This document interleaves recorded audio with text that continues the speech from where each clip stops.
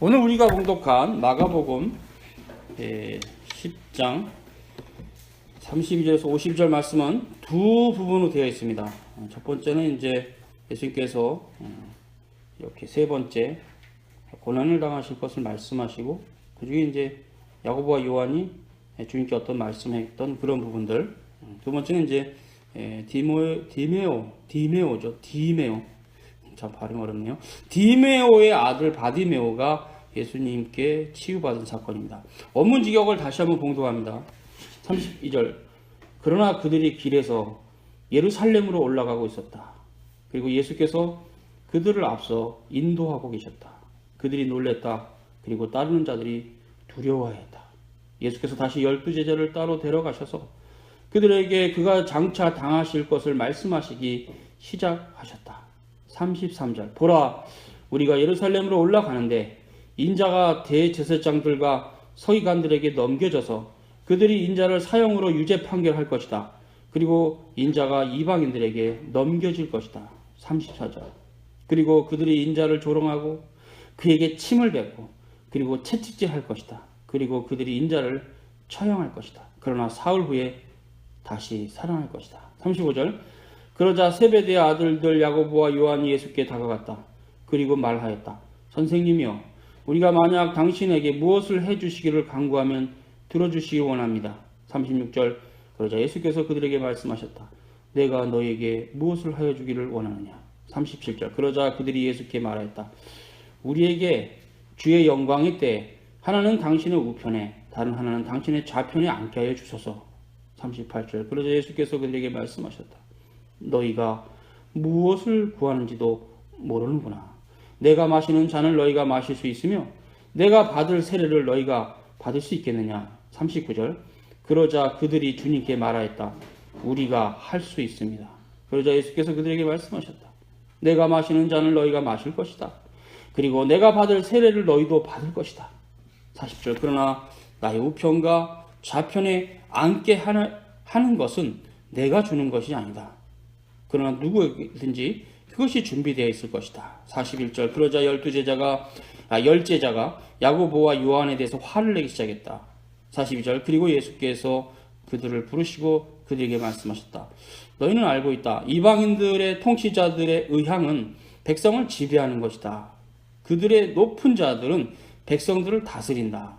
43절. 그러나 너희 안에서는 그렇지 않다. 누구든지 너희 중에 큰 자가 되고자 하는 자는 섬기는 자가 되어라.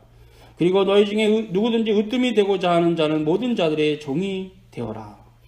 45절. 왜냐하면 인자가 섬김을 받으려고 온 것이 아니라 섬기려고 왔다. 그리고 많은 자들을 대신하여 그의 목숨을 속전으로 주려고 왔기 때문이다. 46절. 그리고 그들이 여리고에 이르렀다. 예수께서 여리고로부터 나가시며 그의 제자들과 충분한 무리들도 함께 나갈새 소경된 자로서 거지였던 디메오의 아들 바디메오가 길가에 앉아 있었다. 47절. 그가 나사렛 예수께서 근처에 계시다는 사실을 듣고 소리를 치기 시작하였다. 그가 말했다. 다윗의 아들 예수여, 나를 긍휼히 여기소서. 48절. 그러자 많은 자들이 그를 침묵하라고 꾸짖었다. 그가 더 높이 소리쳤다. 다윗의 자손 예수여, 나를 긍휼히 여기소서. 49절. 그러자 예수께서 서서 말씀하셨다. 너희는 그를 불러라. 그러자 그들이 그 소경을 불러서 일렀다. 안심하고 일어나라. 그가 너를 부르신다. 50절. 그러자 그가 그의 겉옷을 제쳐두고 일어났다. 그리고 예수께 나아갔다. 51절. 그러자 예수께서 그에게 대답하여 말씀하셨다. 내가 너에게 무엇을 하여 주기를 원하느냐. 그 소경이 예수께 말했다. 라삐여, 보기를 원하나이다. 52절. 그러자 예수께서 그에게 말씀하셨다. 가라, 너의 믿음이 너를 구원하였다. 그러자 즉시 그가 보게 되었다. 그리고 길가에서 그를 따랐다. 오늘 본문은 먼저 32절에서 34절을 묶어서 해석합니다.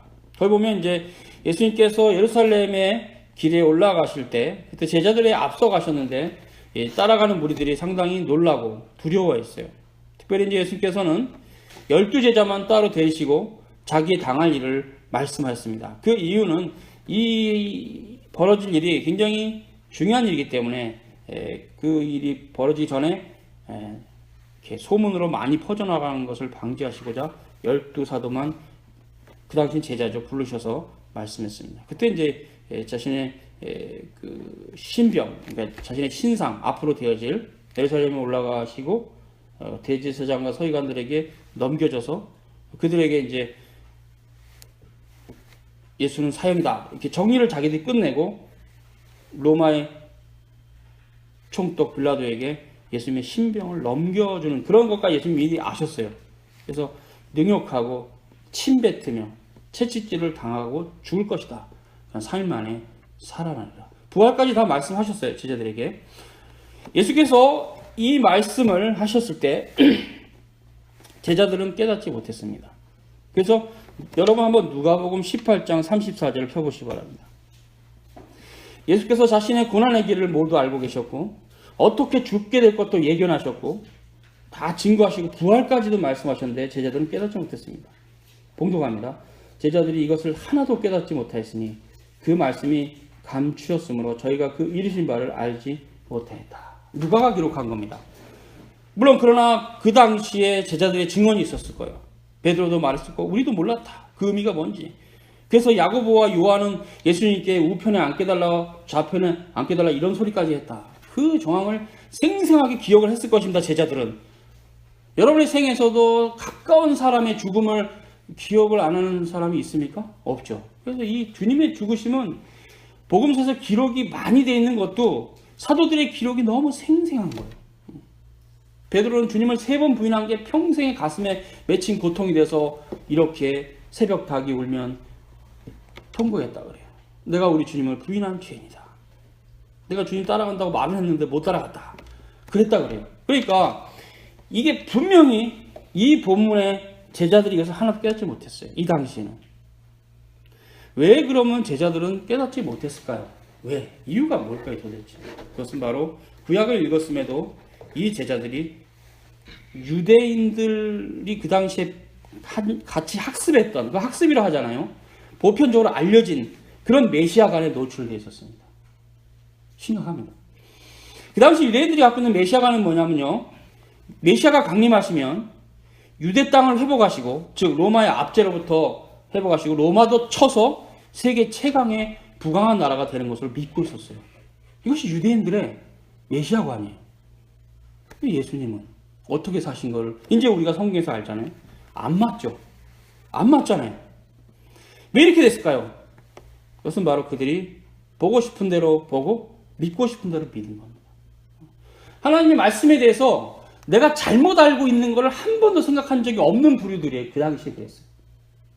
예수님이 분명히 구약의 예언대로 마옥간에서 오시고 마리에서 태어나시고 처녀가 잉태해 아들 낳을 것이다. 마리에게 태어나시고 성령으로 이제 33년의 공생을 시작하셨어도 유대인 거의 대부분 주님의 죽으심 직전에는 그 사랑하는 12 제자들조차도 주님을 이해하지를 못했어요. 하나도 깨닫지 못했다 그랬어요. 성경에. 그들이 보고 싶은 대로 보고 믿고 싶은 대로 믿는 겁니다. 멸망의 신앙입니다. 멸망의 신앙입니다. 이러한 잘못된 메시아가는 전적으로 유대 종교 지도자들에게 책임이 있어요. 그들의 진리에 대한 어둠이 그 원인이라고 할 수 있습니다. 주전 4세기 구약 성경의 마지막 선지자였던 말라기의 사후에 유대 나라는 점차로 구약의 본래 가르침으로부터 이탈해서 잘못된 교리들이 형성되기 시작했습니다. 주전 4세기 이후에 유대사회는 여러 신앙의 부흥운동이 일어나서 다양한 종교 집단들이 형성됩니다. 바리새파, 사두개파, 에세네파. 모두 주전 4세기 이후에 발생한 나름대로는 경건하게 살겠다고 막 이렇게 으쌰으쌰해서 모인 무리들입니다. 유대 종교를 세속으로부터 지키겠다는 명분으로 시작했으나 참된 선지자들이 사라진 이후에 그 어둠의 기간 동안 오히려 진리를 보존하겠다고 일어난 그 무리들이 진리로부터 멀어졌어요. 하나님의 계시도 사라지고 주전 4세기 이후에는 선지자도 일어남이 없었습니다. 마지막 선지자가 말라기였습니다. 그러니까 주전 4세기부터 주 1세기까지 대략 400년입니다. 이것은 이제 역사가들은 중간기라고 합니다. 구약은 종결되었으나 아직 오실이라고 예언되었던 메시아가 오시지 않은 기간, 이 400년을 중간기라고 합니다. 중간기. 이 중간기의 유대 왕국은 심각하게 다른 종교로 탈바꿈합니다. 그래서 묵시가 없으면 백성이 방자에 행한다는 선지의 말씀처럼 유대 왕국의 진리에 대한 그 심한 어둠이 계속 드리워집니다. 계속 드리워집니다. 자기들이 지성이 있으니까 뭐 철학도 공부하고 나름 이렇게 뭉뚱그려서 이렇게 섞어가지고 유대교라고 하는 교리를 만들었지만 그것이 지금의 바리새인의 교리입니다. 그들의 교리는 구약과는 전혀 상관이 없었어요. 그래서 이게 주전 4세기 이후부터 이렇게 형성된 이 어떤 그 문헌들이 있습니다. 이것을 유대 묵시문학이라고 그래요. 그래서 예수님 오시기 전까지 그 당시에 다양하게 형성된 문학이 있습니다. 유대 묵시문학이라고 합니다. 구주 예수 그리스도께서 오시기까지 유대 땅은 헬라 철학의 강한 영향 가운데 점차로 세속화 됩니다. 이 헬라 철학은요, 굉장히 매력 있는 학문입니다. 공부를 해보신 분은 압니다. 아주 굉장히 매력 있습니다. 그래서 하나님 말씀 모르면 자연스럽게 헬라 철학으로 이렇게 쓱 마음이 가요. 아주 사람을 매료시킵니다. 그래서 그 당시에 하나님 말씀에 대한 이해가 없었던 많은 유대인들은 헬라 철학의 현세적인 종교로 탈바꿈 합니다. 매력이 있거든요. 현세적인 종교거든요. 그게. 특별히 이스라엘 종교의 핵심적인 종교 집단이라고 할 수 있는 제사장 집단들은 사두개인들이었는데요. 사두개인들이 사독의 자손들, 다윗 시대의 제사장. 그래서 통칭 제사장 집단입니다. 이들이 부활도 안 믿었어요. 부활도 안 믿었어요. 오늘은 주님이 부활하신 날입니다. 부활도 안 믿었어요. 이런 신앙을 가지고 예수님께 대들고 싸우고 그랬던 자들입니다.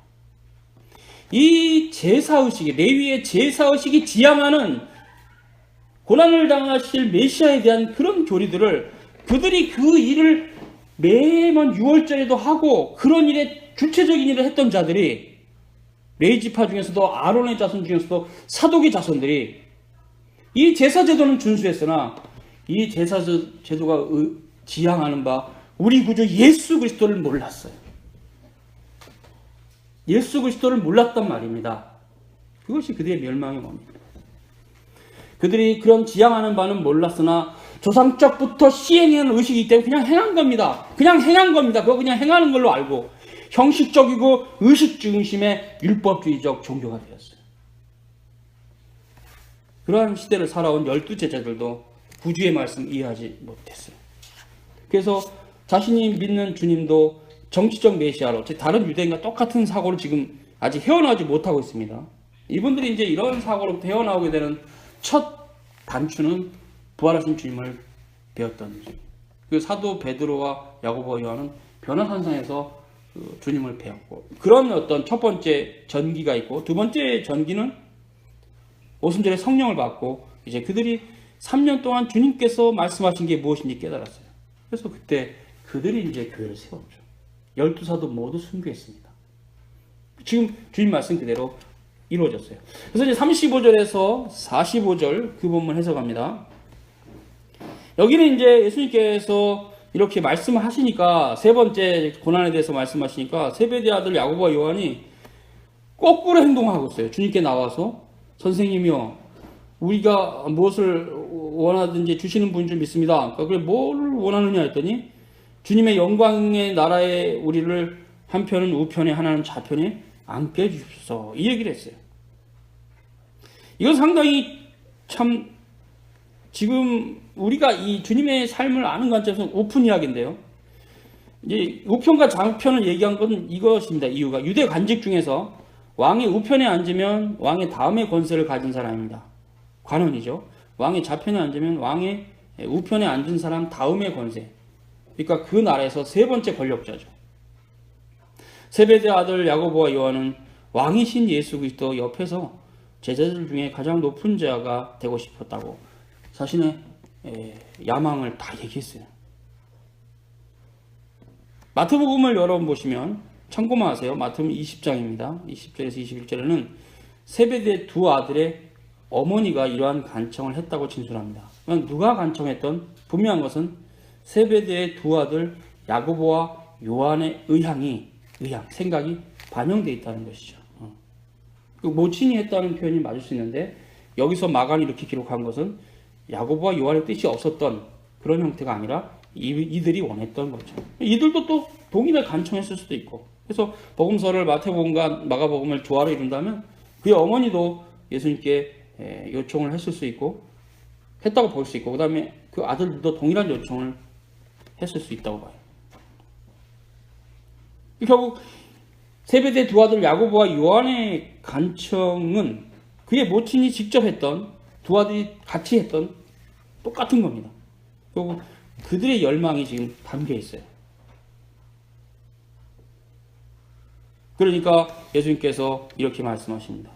너희가 두 사람이 있다. 요청한 사람이 너희가 무엇을 구하는지도 모르는구나. 이제 우리는 이걸 이해해야 됩니다. 사도들은 그 당시에 이해를 못했어요. 무엇을 구하는지도 몰랐어요. 이게 무슨 말인지 자기들이 하는 말이 하나님 앞에 죄가 된다는 걸 몰랐어요. 그러면서 주님께서 이 말씀하십니다. 내가 마시는 잔을 너희가 마실 수 있으며 내가 받을 세례를 너희가 받을 수 있겠느냐. 이것은 고난을 말합니다. 십자가 지고 주님 따라갈 것을 말합니다. 그러니까 제자들이 이 길이 어떤 길인지도 모르고 그때도 잘 몰랐어요. 할 수 있습니다. 베드로도 못했죠. 베드로도 다 줄을 버릴지라도 나는 줄을 버리지 않습니다. 다 줄을 버렸어요. 베드로 혼자만 털레 예수님들을 따라가다가 결국 오히려 예수님을 3번 부인했어요. 비슷한 사람들입니다. 아무도 할 수 없어요. 근데 잘 모르기 때문에 진리를 우리가 할 수 있습니다. 자기가 할 수 있다고 복음을 잘 전할 수 있다고 자신에게 나간 사람은 다 깨집니다. 할 수 없다 그래요. 나중에는 이분들은 알았어요. 이것은 성령으로만이 할 수 있는 일이다 깨달았어요. 주님의 교회는 진리로만 세워집니다. 성령의 능력으로만 세워집니다. 철저하게 진리로만 세워져야지 어설프게 인간의 의지와 열정으로 세우고 자신의 어떤 자기의 종교적인 어떤 막 열망 막 할 수 있어 이런 식이면 다 깨집니다. 세워놔도 거짓 교회가 분명합니다. 너희가 무엇을 구하는지도 모르는구나. 주님께서는 이런 말을 나올 줄도 아셨어요. 내가 마시는 잔을 너희가 마실 수 있으며 내가 받을 세례를 너희가 받을 수 있겠느냐? 할 수 있습니다. 그러니까 예수님께서 뭐라 했어요? 거기 동지해 줬어요. 내가 마시는 잔을 너희가 마실 것이다. 그리고 내가 받을 세례도 너희가 받을 것이다. 그러나 나의 우편과 나의 좌편에 앉게 하는 것은 내가 주는 것이 아니다. 아버지 하나님 주는 거죠. 즉 이것은 신인으로서 중보자 예수 그리스도가 줄 수 있는 게 아니라는 얘기죠. 성삼위일체 하나님 주신다는 얘기죠. 결국 이 말씀 그대로 제자들이 주님이 마신 쓴 잔을 마셨습니다. 마지막 사도 요한은 로마의 황제 앞에서 독배를 마시고 안 죽었어요. 이건 순교한 겁니다. 이미. 이건 죽은 겁니다. 자연의 법칙에 따라서는 죽은 사람입니다. 그래서 주의 성령의 능력으로 살았습니다. 그러니까 이가 신이다. He is God. 그는 신이다. never 죽일 수 없다. 그래서 반모섬에 유배를 보냈어요. 거기서 요한계시록을 3년간 쓰고 에베소 교회에서 90대 언제인지는 모르지만 90대에 돌아가셨어요. 거의 100살이 다 됐어요. 마지막 사도의 순교입니다. 살아있는 순교자죠. 뭐 베드로는 이건 전설이지만 십자가에 거꾸로 죽었다 그러고 바울은 목이 잘라서 죽었다고 다 순교를 당하셨어요. 정말 주님의 말씀 그대로 주님의 잔을 다 마셨습니다. 그래서 너희들이 나의 남은 고난을 짊어질 것이다. 바울도 그런 기쁨이 있었죠. 여러분 신앙생활에 고난이 있습니까? 제가 드릴 수 있는 말은 고난은 영광입니다. 주님의 백성이 아니면 고난을 받지는 않습니다. 주님의 백성들만이 주님을 사랑해서 주님을 닮아가고자 주님의 고난에 주님의 남은 고난에 동참하는 것입니다. 그래서 12사도 모두 순교했어요. 주님의 잔을 함께 나누어 마셨습니다. 여러분이 성찬식 때 마시는 그 잔이 이런 의미가 있는 겁니다. 예수님을 그 좋으신 주님을 내 죄를 위해서 죽으신 그 주님을 그냥 그렇게 그냥 껌딱지 씹듯이 그렇게 주님을 알 수 있는 게 아닙니다. 하물며 세상에서 뭐 꽤 좋은 대학 가는 것도 그 하찮은 것도 엄청나게 자신의 어떤 정열을 쏟아붓는데 주님을 알아가는 일에 대충은 없습니다.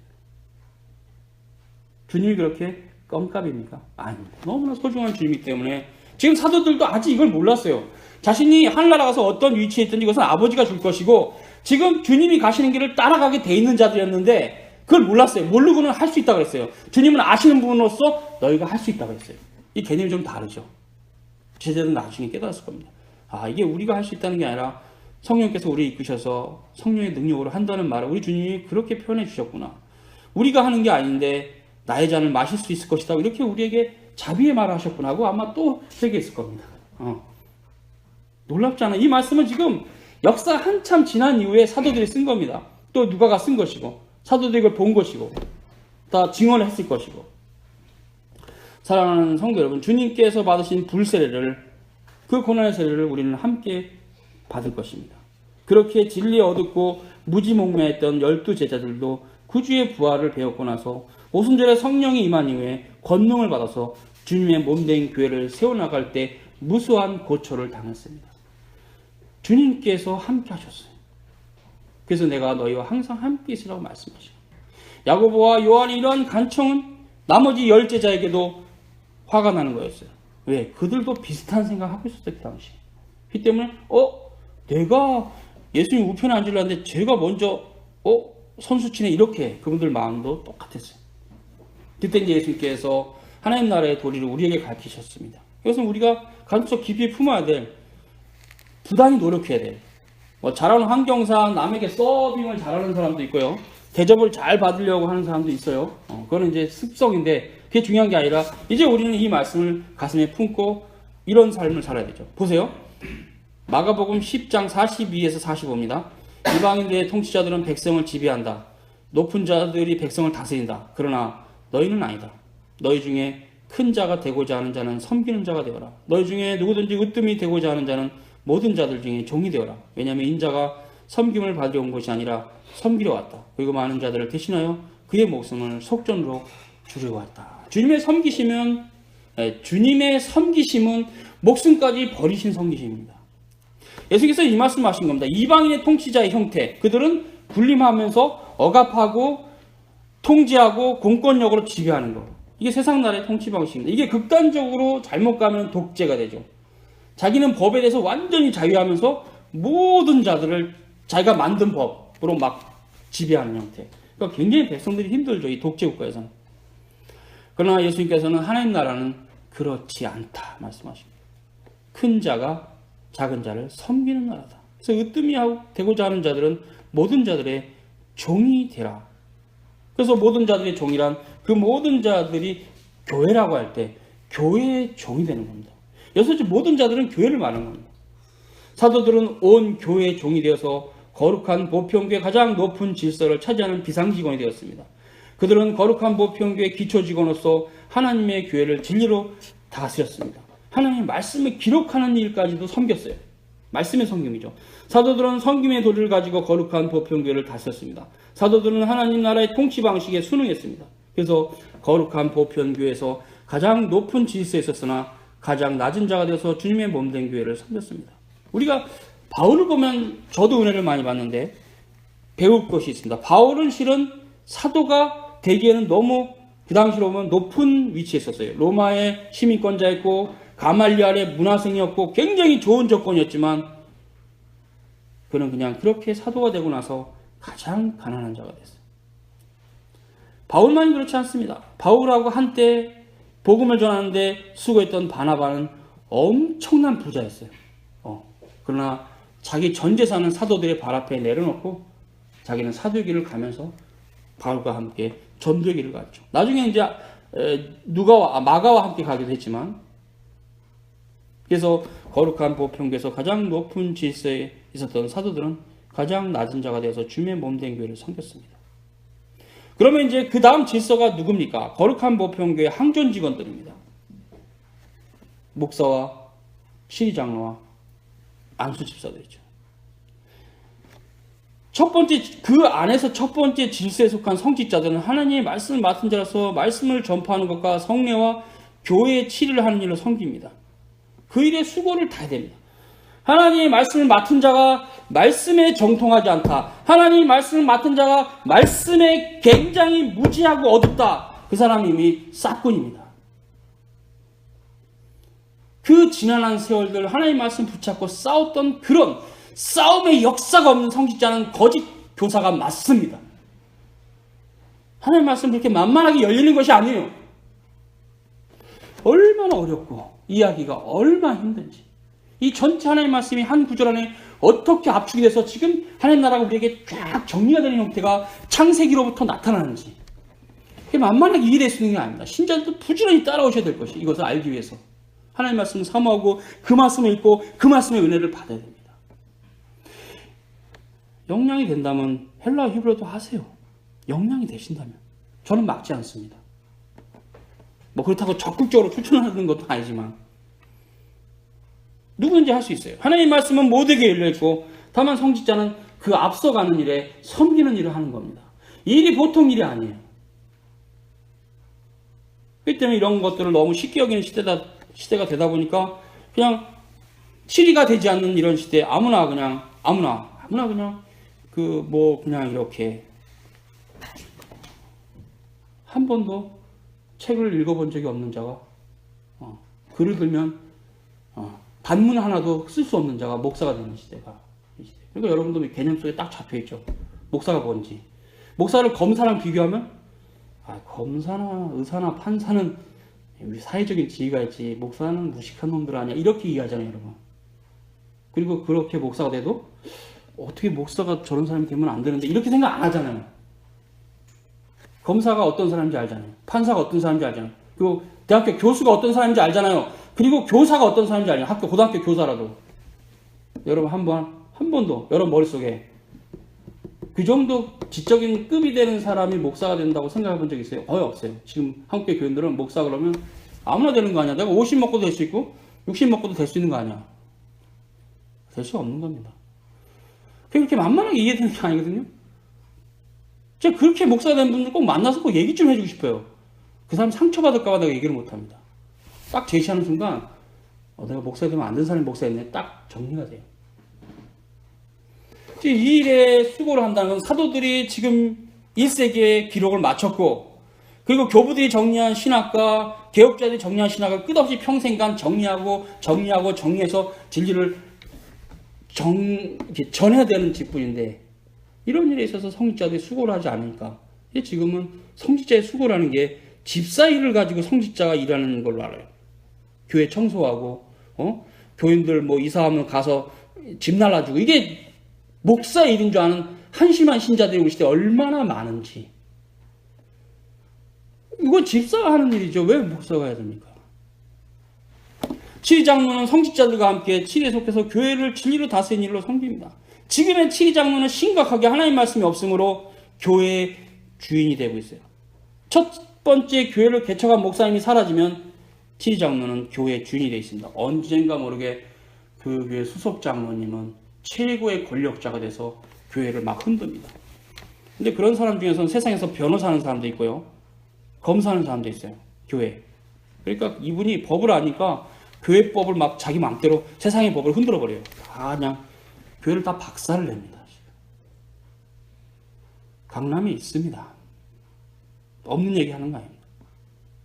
치리장로는 성직자와 함께 성직자를 제끼는 순간 치리장로는 자기 위치도 없어집니다.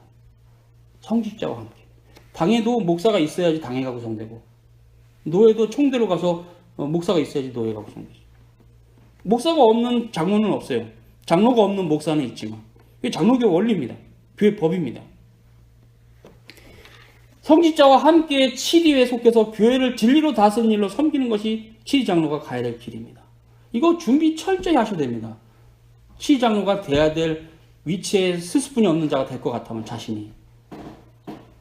안수 집사들은 거룩한 보편교회 장로들에게 맡기지 않은 교회의 재반 실무와 재정의 출납과 이웃을 위한 구제를 실행하는 일로 섬깁니다. 그래서 안수 집사가 될 사람은 평소에 구제를 잘하는 사람이어야 돼요.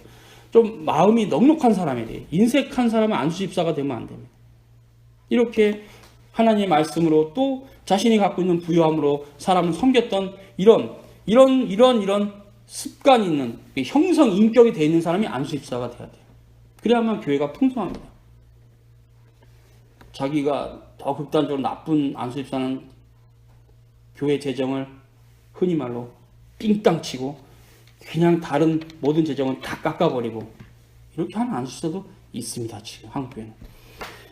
이렇게 되면 교회가 혼란하게 돼서 무질서한 종교 집단으로 전락합니다. 거룩한 보편교회 항전 직원들의 섬김이 없다면 교회는 즉시 무너질 것입니다. 껍데기는 남아있지만. 결국 이렇게 지금 계속 항전 직원들이 세워지고 있어요. 어느 신학교에서는 신학교를 졸업한 사람이 있고, 또 어떤 노회에서는 또 매년마다 이 교회에서 목사들을 세웁니다. 장로들도 또 교회가 늘어나면 또 세웁니다. 그래서 목사와 장로와 안수집사가 지금 한국에서 계속 세워집니다. 그러나 과연 그들이 하나님의 말씀을 맡은 자로서의, 또 교회를 목사와 함께 치리하는 자로서의, 정말로 이웃을 향해서 구제를 충분히 하는 그 넉넉한 인격 가지고 교회의 재정과 출납을 맡을 자격이 있는 자들이 그 일을 하고 있는지 한번 남의 일이 아니라 여러분의 일로 생각하셔야 됩니다. 거룩한 보편교회 항전 직원들이 맡은 바 직무를 성실하게 수행하지 않으면 교회가 세워지지 않습니다. 그분들의 신실하고 거룩한 하나님 앞에서의 십자가의 길이 결국 교회가 세워지는 길입니다. 그래서 개혁교회에서는 그러면서 항전 직원 대기가 상당히 어려워요. 원래 그렇습니다. 이런 부분들이 한국교회에서는 전혀 알려지지 않은 형태로 지금 이것이 올바른 교회라고 착각하고 살지만, 정말 개혁교회는 항전 직원이 되는 것을 위해서 젊어서부터 말씀 안에 계속 일용할 양식을 얻는 것 빼놓고는 말씀 안에 계속 자신을 투자해서 훌륭한 인격으로 결국 세워지는 그런 형태가 끝없이 싸움이 있어요. 사랑하는 성도 여러분, 그러면 신자들은 바로 이런 섬김을 받으면서 일반 신자들은 결국은 교회가 세워지는 모습을 보겠죠. 그러므로 신자들은 섬김을 받으려고 하기보다 먼저 섬기는 자가 되어야 됩니다. 왜냐하면 목사나 장로나 집사도 포괄적으로 신자니까. 그러면 신자는 뭘로 섬겨야 되는가? 신자는 나는 항전 직원이 아니야. 그럼 자기는 신자죠. 신자는 서로 섬겨야 됩니다. 성도 상호간에. 그래서 참다운 교회는, 참된 교회는 경쟁을 하는 교회가 아닙니다. 내가 남보다 진리를 더 많이 안다. 그럼 뭐 어쩌라고? 행하면 하나도 없으면서. 아무 의미가 없어요. 진리를 많이 알고 있는 게 중요한 게 아니라 이제 진리를 갖고 있는 것으로 섬겨야 되겠죠. 이런 섬김의 싸움이 끝없는 싸움이에요. 그러니까 교회의 모든 직분은 섬기는 직분이며, 군림하거나 자랑하거나 스스로가 높아지는 그런 공산주의 사회에서 완장이 아닙니다. 완장. 딱 완장 차고, 오 담당제 내가 완장 딱 차면 밑에 애들은 같은 이웃끼리도 이 완장 찬 사람한테는 딱 고개를 완전히 숙이는 군대 꼭 계급장 같은. 항전 직원의 이것은 군림하거나 자랑하거나 스스로가 높아지는 자리가 아니에요. 더 겸손하게 주님의 종이 되어서 교회를 섬기는 자가 되어가는 것이 우리의 싸움입니다. 끝없이 싸워야 돼요. 이런 부분들이 결국 우리가 진리에 대해서 모르면 자연스럽게 자기도 모르게 오만해질 수뿐이 없어요. 이 직분을 맡으면. 그래서 뭐 극단적으로는 뭐 얄팍한 지식 가지고 어찌됐건 간에 학이라도 받고 신학교 교수가 되면 배는 게 없어요. 그냥 목사도 막 내리깔아요. 참, 교수들은 그러면 안 됩니다. 그래서 교수라는 것이, 신학교 교수가 헬라어로 디다스칼로스인데요. 독터하죠. 박사죠. 교회를 섬기는 목사와 박사, 즉 포이메와 디다스칼로스입니다. 교회 성직제. 그래서 항상 제가 늘 얘기하지만 장로교회는 목사 위에 목사 없고 목사 밑에 목사 없다. 그렇기 때문에 이런 성직자 자체에 대해서는 존중감은 항상 합당하게 수평적으로 바라봐야 되죠. 그래서 이런 부분에서 서열하는 범죄입니다. 예수께서 마지막 구절에 하나님 나라의 성취를 위해서 이 세상에 오신 목적을 우리에게 말씀하고 있습니다. 마가복음 10장 45절, 인자에 온 것은 섬김을 받으려 함이 아니요 도리어 섬기려 하고 자기 목숨을 많은 사람의 대속물로 주려 합니다. 예수님께서 주신 십자가는 우리에게 주는 의미가 이것입니다. 마가복음을 종의 복음이라고 합니다. 예수께서 자기의 목숨까지 버리면서 하나님 나라의 도리로서 섬긴 것을 성취했다. 그때 이 마가복음 그 중에서도 송아지 복음이라고 하는데, 그 레위 지파의 제사를 완성하신 그 죄를 속죄하시고자 속전으로 자신을 드리신 종의 복음이 마가복음에는 많이 게시되어 있다 합니다. 세례 요한은 예수님이 지나가시자 보라 세상죄를 지고 하는 하나님의 어린 양이라 했습니다. 여기서 세상죄를 지고 한다는 의미는 단지 유대인들의 죄악뿐만 아니라 온 세상의 죄를 지고 한다는 걸 말합니다. 그러니까 이것은 유대인의 국수주의에 대한 반대말입니다. 이 본문을 오해하시면 예수님은 모든 자를 위해서 죽으셨구나, 안 됩니다. 이 본문은 그걸 말하는 게 아니라 유대인들만을 위해서 오시는 메시아가 아니라 유대인들을 넘어서서 사마리아 온 땅까지 자기 백성의 죄를 속량하시고자 오셨다라는 의미입니다. 세상 죄를 지고 간다는 의미는. 46절에서부터 마지막 52절 본문 보고 마칩니다. 예수께서 여리고 근처에 이르셔서 행하시다가 이제 여리고를 떠나실 때였어요. 길거리에 앉아 있었던 디메오라는 분의 아들, 이게 바디메오인데 이분이 거지라니까 국어를 하는 사람이라는 것 같아요. 두 번째는 소경이었어요. 눈까지 보이지 않으니까 굉장히 힘든 삶을 살았죠. 근데 마가복음과 누가복음은 소경 한 사람이라고 그랬고요. 마가복음 이름을 썼고 마태복음은 둘이라 했습니다. 이런 부분에 차이는 있을지라도 명시적으로 마가복음이나 누가복음은 대표적으로 한 사람, 특히 바디메오를 명시한 것입니다. 그런 차이에서 두 명이 있었다고 봐도 상관이 없습니다. 그때 이제 소리를 친 거죠. 특별히 이제 바디메오가 이제 마가복음에 기록이 되어 있으니까 이제 바디메오의 관점에서 이것을 봅니다. 계속 소리를 칩니다. 다윗의 자손이여, 나를 불쌍히 여주십시오. 그러니까 소경을 무리들이 꾸짖습니다. 좀 잠잠히 있어라. 조용히 해놓아. 이런 식으로 했겠죠. 그러나 그 소경은 절박한 마음에 계속 소리칩니다. 다윗 자손 예수여, 나를 불쌍히 여주옵소서. 왜 그랬을까요? 바디메오가. 그것은 이분이 장님이잖아요. 그럼 우리가 눈이 있으면, 건강하고 눈이 있으면 예수님이 어디 계시다 하면 제가 갈 수 있잖아요. 걸어서. 소경인 사람이 또 여비도 없고 하여튼 거지기도 하고 여러 가지로 재정적으로도 촉박하고 몸도 눈이 안 보이. 가장 중요한 쩔뚝거려서라도 갈 수 있는데 눈이 안 보이는 건 이거 되게 어렵잖아요. 누가 이끌어주지 않는다. 평생에 내가 두 번을 주님을 만날 수 없을 수도 있다. 이게 마지막이다. 그런 절박함이 있었어요. 이제 두 번 다시 나는 주님을 배울 수 없다. 이렇게 여겼을 것이에요. 지금 내가 이 주님 붙잡고 고침을 받지 않으면 다시는 이 소경된 상태에서부터 벗어날 수 없다. 굉장히 절박했을 겁니다. 상상이 되시잖아요. 그 상황이. 그래서 그냥 옆에서 좀 조용히 놈아. 그냥 다윗 자손 예수야. 나를 살려주십시오 하고 굉장히 간절히 기도했어요. 그 소리도 굉장히 컸던 것 같아요. 그 무리 가운데 둘러싸여 있지만 주님께서 그의 음성을 들으셨습니다. 그리고 이제 그를 그렇게 너무 꾸짖지 말고 오라 하라 이렇게 했어요. 그리고 이제 구원하셨죠. 그 이유가 뭡니까? 바디메오는 예수 그리스도를 다윗의 자손이라고 얘기했어요. 유대인들에게 다윗의 자손은 메시아입니다. 그러니까 소경 바디메오가 예수님을 메시아로 인식하고 있어요. 그러니까 예수님께서 마가복음 10장 52절에 가라, 너의 믿음이 너를 구원하였다. 믿음은 어디에 기초합니까? 올바른 신앙 고백에. 그 올바른 신앙 고백은 뭡니까? 그냥 선한 선생이며 이 정도가 아니라 다윗의 자손 예수요. 이게 고백이 좀 달라요. 이 정도 되면 단지 이 땅에 오신 선생이 아니라 우리가 기다리는 우리를 구원할 메시아란 말이에요. 지금. 바디메오의 신앙의 고백이 좋았습니다. 소경 바디메오의 신앙은 우리에게 깨달아야 할 것을 줍니다. 첫째, 신자들은 바디메오처럼 절박하게 하나님을 찾고 찾아야 됩니다. 내 생에 지금 주님을 만나 배우지 못하면 다른 때 못할 수도 있다. 이런 절박함은 좀 필요해요. 새털 같은 날에 내가 한 70까지 산다 치면 아직도 많이 남았는데 이런 식으로 생각하면 곤란합니다. 시편 기자는 이렇게 말했습니다. 시편 42편 1절에 목마른 사슴이 시냇물을 찾아 헤매듯이 내 영혼이 주를 찾기에 갈급합니다. 이런 기도를 드렸어요. 성도들은 부단히 하나님을 찾고 찾아야 됩니다. 절박하게 찾아야 됩니다. 내일이 있다고요? 내일 없습니다. 나이가 들어보면 압니다. 얼마나 나이 들어감이 얼마나 깝깝한 일인지 진짜 나이가 들어보시면 압니다.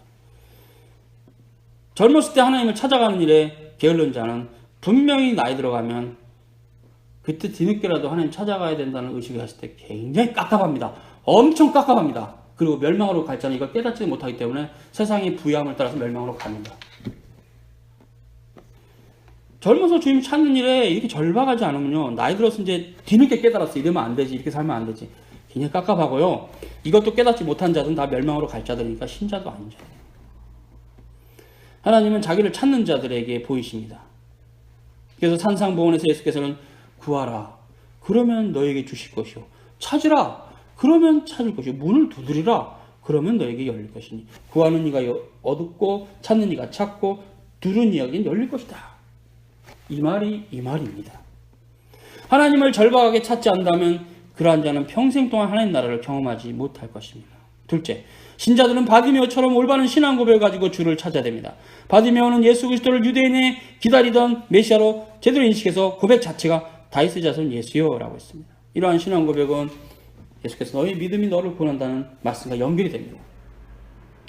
예수님은 바디메오의 신실한 신앙 고백을 보시고 너의 믿음이 너를 구원했다고 말씀한 겁니다. 참된 신앙은 항상 건전한 신앙 고백 위에 그 터 위에 세워져야 됩니다. 자신이 믿는 바 신앙 고백이 불건전하게 되면 불건전한 신앙으로 나가게 되어 있습니다. 다행히도 바디메오는 건전한 신앙 고백을 가지고 있었고 바디메오는 예수 그리스도를 메시아로 인식했습니다. 예수 그리스도를 단지 이 세상에 오신 선생, 현자로 인식하는 자는 구원을 받을 수 없습니다. 예수 그리스도를 자신을 구원하실 구주 하나님으로 인식해야 됩니다.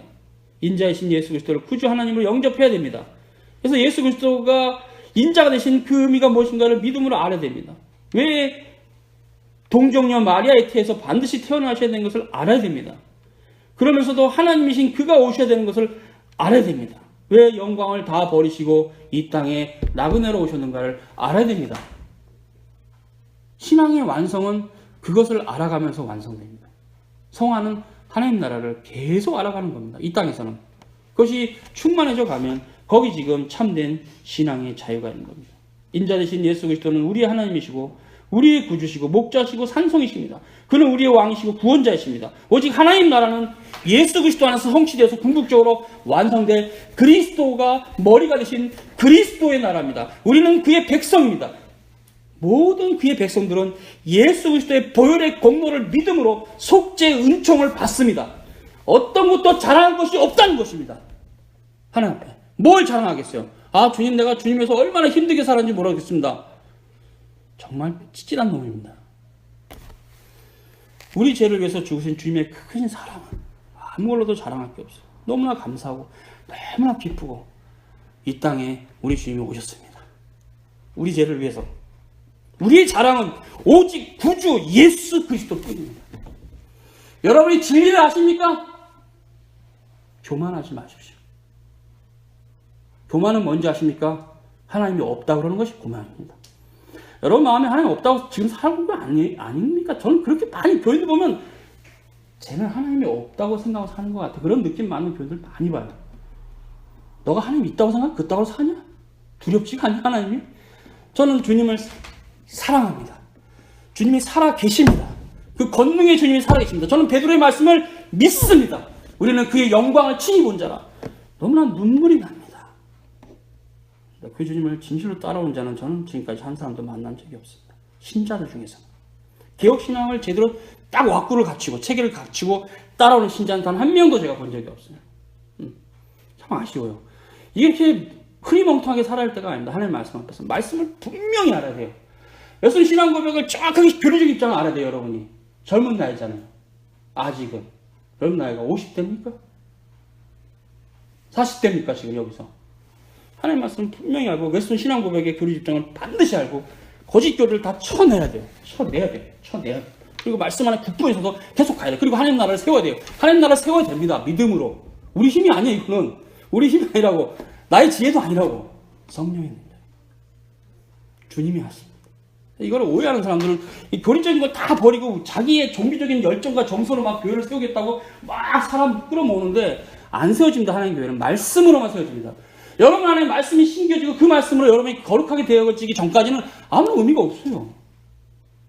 삶이. 100날을 살아도 1000날을 살아도 그냥 죽은 자와 방불합니다. 그래서 아담이 처음 타락했을 때 그런 은총이라는 것은 예수 그리스도의 은혜로 구원받는 건데 그래서 아담과 하와가 구원을 받은 겁니다. 우리가 우리의 어떤 순수한 상태라 해도 선함으로 구원받지 못하고 예수님의 보혈로 구원받는 걸 아담과 하와는 알았어요. 그래서 에덴 동산 쫓겨나고 나서 그리스도를 의지하고 구원을 받았습니다. 그리고 그 믿음을 따라 아벨과 셋과 모드셀라와 에녹과 노아까지 이어지는 선사시대의 신앙의 열조도 있었던 겁니다. 그 신앙을 받은 사람이 아브라함이에요. 아브라함. 그래서 아브라함 시대에도 우상이 팽배했는데 오직 아브라함만 하나님의 은혜를 받아서 여호와께서 자신을 계시하시고 너의 조상이 섬기는 하나님이다. 그리고 이제 모세에게는 여호와로 계시되면서 언약의 하나님 우리 가운데 계시되어서 그때 다윗이 이 나의 이런 어떤 그런 혈통을 따라서 메시아가 오시겠구나. 나의 주님이 오시겠구나. 그러면서 다시 기뻐했어요. 이게 지금 제가 짧게 구약을 훑어가는 방식입니다. 그래서 결국 선자 이사야가 53장에 그 메시아는 우리를 위해서 십자가를 지신 메시아라고 절절히 고백하고 톱으로, 이거 전설입니다. 이거는 여기서는 톱으로 몸을 죽었다 그래요. 이사야를 죽은 사람이 누굽니까? 구약으로 치면 교인들입니다. 선지자 이사야를 죽인 사람이 교회입니다. 그러니까 이것이 결국 주님께서 너희가 지금은 이사야를 존경하지만 왜 이사야의 말대로 됐으니까 너희 때 조상들은 이사야를 대적하고 이사야의 가르침이 내 가르침과 똑같다. 너희도 지금 거짓되다. 이렇게 지금 유대인들을 정죄하시고 십자가를 죽으시고 지금의 교인들에게도 지금 예수님 똑같은 말씀하고 계시다는 사실을 명심하십시오. 주님의 말씀이 없으면 우리는 살 수가 없어요. 아무것도 아닙니다. 우리는. 주님을 소중히 여기고 주님을 알아가시기 바랍니다. 기도하겠습니다. 걸어가는 주님 감사합니다. 십자가 지시고 부활하신 주님의 그 권능의 말씀 우리는 사모합니다. 그러므로 사도들을 통해서 선지자를 통해서 1600년의 기나긴 기간 동안에 말씀하신 그 교회 전통을 소중히 여깁니다. 사랑하는 성도들이 이런 교회가 가르쳤던 역사적으로 긴 세월 동안 우리에게 숨겼던 말씀들을 깊이 사모하며 한 말씀 한 말씀을 생명의 말씀을 여기며 끝까지 붙잡으며 주님 오시는 그날까지 이겨나가는 신자가 되게 도와주시옵소서. 그러면 우리가 우리의 삶을 만원히 살 것이 아닙니다. 참으로 우리가 얼마나 큰 죄인인데 이제로부터 우리를 구속하였사오니 하나님의 은혜 언약 가운데 있는 모든 세례받은 신자들은 주님을 더더욱 사모하는 쪽으로 더더욱 나아갈 수 있도록 우리 주님 축복하여 주시옵소서. 그럴 줄 믿습니다. 예수님의 이름으로 기도 올리옵나이다. 아멘.